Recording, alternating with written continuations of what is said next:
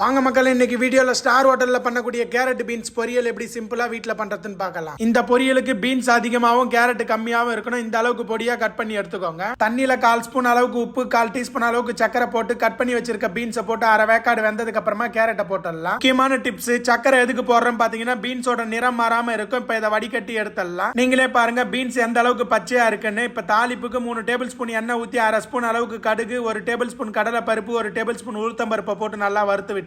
1/4 teaspoon ஜீரகம், 10 வரமிளகா, 2 கொத்து கருவேப்பிலை கிள்ளி போட்டு நல்லா பரட்டி விட்டுட்டு ஒரு பெரிய வெங்காயத்தை கட் பண்ணி வச்சிருக்கேன். அதையும் இதுல போட்டு நல்லா கண்ணாடி பதம் வதங்கினா போதும். இட்டிக்க மஞ்சத்தூள், 1/4 டீஸ்பூன் அளவுக்கு மிளகாத்தூள், 1/4 டீஸ்பூன் மல்லித்தூள், 1/4 டீஸ்பூன் அளவுக்கு சாம்பார் பொடி, 1/4 டீஸ்பூன் அளவுக்கு உப்பு, இது எல்லாத்தையும் போட்டு நல்லா மசாலா பச்சை வாசனை போற வரைக்கும் பரட்டி விட்டுருவோம். வேக வச்சிருக்க கேரட் பீன்ஸ் இதுல போட்டு நல்லா மிக்ஸ் பண்ணி விடுங்க. பொரியல்ல சாம்பார் பொடி போடுறதுக்கு வந்து பாத்தீங்கன்னா நல்லா வாசனை கமகமன்னு இருக்கும். அதுக்காக தான் சின்ன சின்ன ட்ரிக்ஸ் எல்லாம் ஃபாலோ பண்ணி ஸ்டார் ஹோட்டல்ல இது போல பண்ணுவோம். தனியா 2 டேபிள் ஸ்பூன் அளவுக்கு சிறுபருப்பு வேக வச்சிருக்கேன். நல்லா நெத்து பதமா இருக்கும். அதை இதுல போட்டு நல்லா மிக்ஸ் பண்ணி விட்டுருவோம். இது எல்லாத்தையும் நல்லா கலந்து விட்டு இது கூடவே அரை மூடி தேங்காய் திருவி வச்சிருக்கேன். அதையும் மிக்ஸ் பண்ணிடலாம். அடுப்பை நல்லா ஹை ஃபிளேம்ல வச்சு இது எல்லாத்தையும் நல்லா கலந்து விடுங்க. இப்ப கேரட் பீன்ஸ் பொரியல் ரெடி ஆயிடுச்சு. இது கூடவே பொடியான இருக்கிற கொத்தமல்லியை போட்டு இறக்கிடுவோம். இந்த பொரியலை எந்த சாப்பாடு கூட வச்சு சாப்பிடும்போது காம்பினேஷன் நல்லா இருக்குன்னு சொல்லிட்டு மறக்காம கமெண்ட் பண்ணிடுங்க. இது போல இன்ட்ரெஸ்டிங்கான குக்கிங் வீடியோஸ் வேணும்னா நம்ம வாங்க மக்களை யூடியூப் சேனல் மறக்காம சப்ஸ்கிரைப் பண்ணுங்க. அப்பதான் எனக்கு அடுத்தடுத்து வீடியோ போடும்போது ரொம்ப ஹெல்ப்ஃபுல்லா இருக்கும். மக்களை உங்களோட சப்போர்ட்டை தொடர்ந்து கொடுங்க.